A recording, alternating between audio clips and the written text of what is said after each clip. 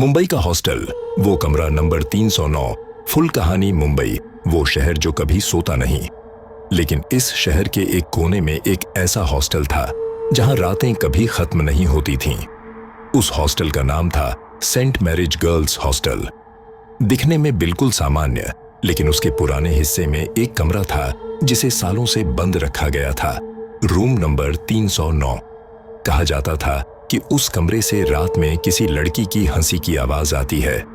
Hostel की पुरानी warden अक्सर कहती थीं कि वो बस हवा की आवाज है, पर वहां रहने वाली लड़कियां जानती थीं कि वह हवा नहीं, किसी आत्मा की मौजूदगी है।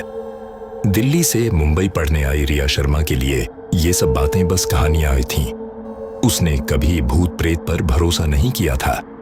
जब उसे सेंट मैरिज हॉस्टल में कमरा मिला तो वो बहुत खुश थी।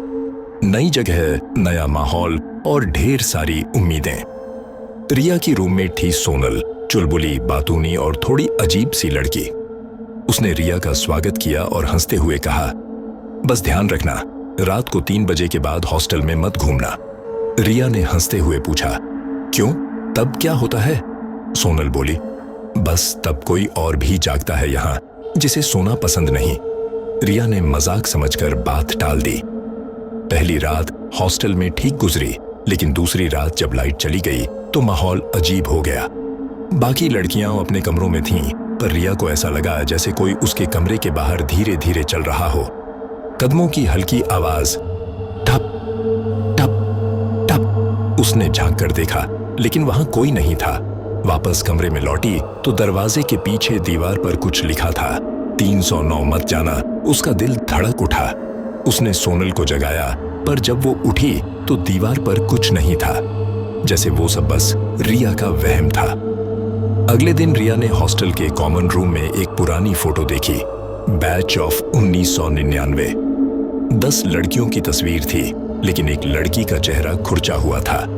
उसने पास खड़ी मीरा दीदी से पूछा, दीदी ये कौन है? मीरा दीदी थोड़ी देर चुप रहीं और बोली, उसके बारे में मत पूछना, बस इतना जान लो कि वो अब यहाँ नहीं है। लेकिन शायद उसे अभी भी यहाँ से जाना नहीं था। उस रात रिया को नींद नहीं आई। हवा के साथ फिर वही धीमी हंसी सुनाई दी। उसने खिड़की के पास जाकर बाहर देखा।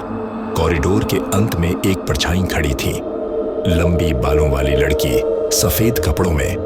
वो धीरे धीरे कमरे नंबर 309 की तरफ जा रही थी।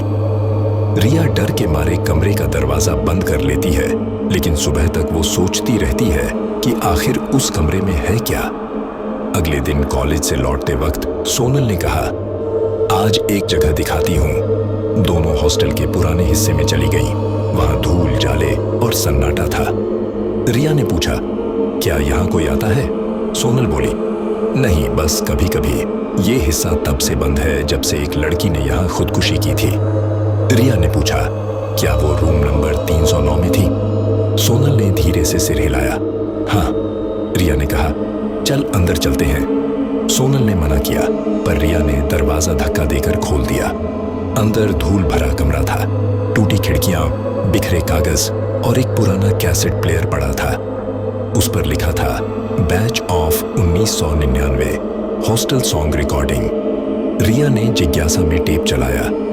शुरू में कुछ हंसी, गाने की आवाजें और फिर एक लड़की की आवाज, अगर मैं ना रहूं तो भी मुझे मत भूलना। फिर अचानक टेप में वही डरावनी हंसी गूंज उठी। रिया ने टेप बंद किया और दोनों वहां से भाग गईं। उस रात सोनल अजीब बर्ताव करने लगी। वो चुप थी, आंखें खाली और बार बार एक ही बात दोहरा रही थी, वो वापस आएगी, वो वापस आएगी। रिया डर गई। उसने मीरा दीदी को बुलाया, पर जब दोनों कमरे में पहुंची तो सोनल गायब थी। खिड़की खुली थी और हवा में एक पुरानी चूड़ी झूल रही थी। सुबह हॉस्टल में हड़कंप मच गया। सोनल कहीं नहीं मिली। पुलिस आई, चारों तरफ खोज की गई, लेकिन उसका कोई पता नहीं चला। उसके बाद से रिया अकेली रहने लगी। लेकिन एक रात ठीक 3 बजे उसे फिर वही हंसी सुनाई दी। उसने डरते डरते कमरे का दरवाजा खोला और कॉरिडोर में देखा। कोई लड़की धीरे धीरे चल रही थी, वही सफेद कपड़े, वही बाल। रिया ने पूछा, कौन है वहां? लड़की ने मुड़कर देखा। वो सोनल थी, पर उसकी आंखें पूरी सफेद थीं, चेहरा फीका और आवाज धीमी। मैंने कहा था वापस आएगी। रिया बेहोश होकर गिर पड़ी। जब सुबह बाकी लड़कियां आईं तो उसे जमीन पर पड़ा पाया गया। वो जागी, लेकिन अब वो पहले जैसी नहीं रही। उसने हॉस्टल छोड़ दिया और कभी वापस नहीं आई। लेकिन हॉस्टल की नई लड़कियां अब भी बताती हैं कि रात को 3 बजे कोई पुराना टेप अपने आप बजने लगता है।